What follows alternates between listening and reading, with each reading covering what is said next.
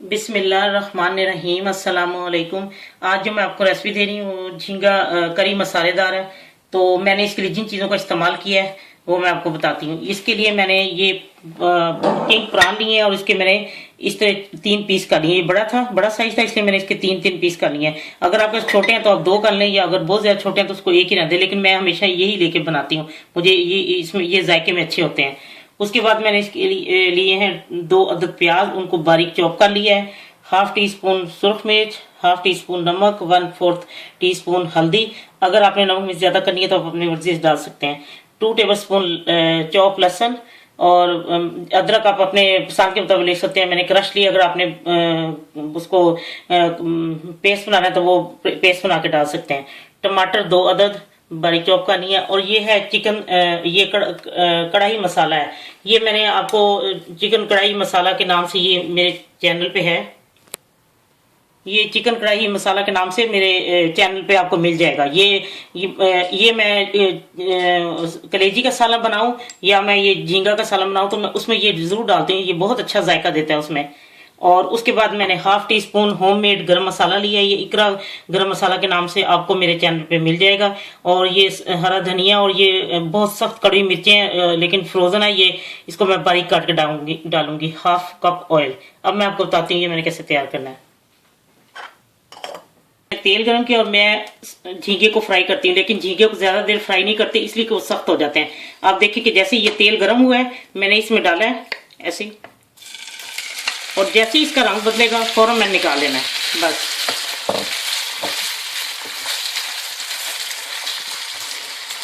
ये देखें तेज आंच पे जब तेल गर्म होना बहुत ज्यादा, उसको ये डाल के फौरन निकालें क्योंकि ये पानी छोड़ते हैं, फिर वो जायका इसका चला जाता है। ये अब ये जो इसका तेल है ये मैं उसमें भी इस्तेमाल करूंगी। ये फ्राई मैं अब निकालने लगी हो चुके हैं और अब मैं आपको बताती हूँ कैसे तैयार करना है सालन।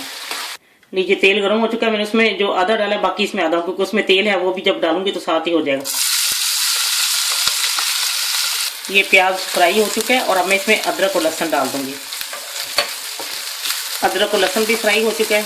ये अब मैं इसमें ये नमक मिर्च हल्दी डाल दूंगी। ये भी नमक मिर्चें भी ये और ये हल्दी भी भून चुका है काफ़ी हद तक मसाला। और अब मैं इसमें ये टमाटर डाल देती हूँ। अब मैं इसको थोड़ी देर ढक देती हूँ ताकि ये टमाटर नरम हो जाए, फिर मैं आपको बताती हूँ मैंने और क्या चीज़ डाली इसमें। ये देखें ये इसने अपना तेल छोड़ दिया, मसाले ने नरम हो गए हैं। और बस इस तरह खड़ा खड़ा मसाला मैं रखती हूँ, मुझे अच्छा लगता है।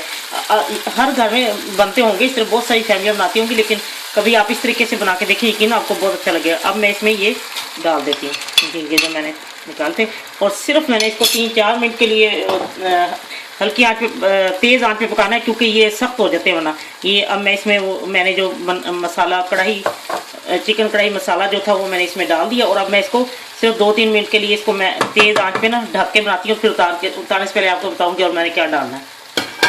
लीजिए मैंने इसको तेज़ आंच पे इसको बनाया, ढक्कन रख दिया था तेज़ आंच पे 3-4 मिनट, क्योंकि झींगे हम लोगों ने फ्राई भी किए थे तो बाद में फिर ये बहुत ज़्यादा सख्त हो जाते हैं। इनको कभी भी ज़्यादा फ्राई नहीं करना चाहिए और ना ही ज़्यादा पकाना चाहिए। और अब मैं इसमें गरम मसाला डाल देती हूँ, और ये होममेड गरम मसाला मैंने आपको पहले बताया था। और ये मैं इसमें सब्ज़ मिर्ची वगैरह भी डाल देती हूँ। और अब मैं इसको थोड़ा सा कोरिएंडर डाल के, तो अब मैं इसको डिश आउट करके आपको दिखाती हूँ। लीजिए झींगा करी मसालेदार तैयार है। बस ये ख्याल रखें कि आपने इसमें जब झींगे को फ्राई करना है पहले फ्राई जरूर करना है, और फ्राई तेज आंच पे करना है। तेल सख्त गर्म हो तो फिर आप उसमें डाल के उसका जैसे रंग चेंज हो आप निकाल लें। और उसके बाद आपने इसको जो है उसके बाद भी नहीं पकाना, मसाला भून के उसमें डाल के 3-4 मिनट तेज आंच पे उसको दम दें और उतार लें। ये वैसे इतने ये तो हीट थोड़ी सी पहुंचती है तो ये प्रान जो है फिश जो है वैसे वो पक जाती है।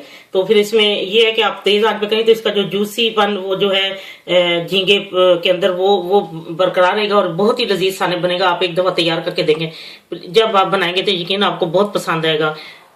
जब आपका दिल चाहे आसान और मज़ेदार खाना खाने को, तो आइए ना रिदा के किचन में। प्लीज़ सब्सक्राइब करना, लाइक करना और कमेंट्स देना ना भूलें। अल्लाह हाफिज़।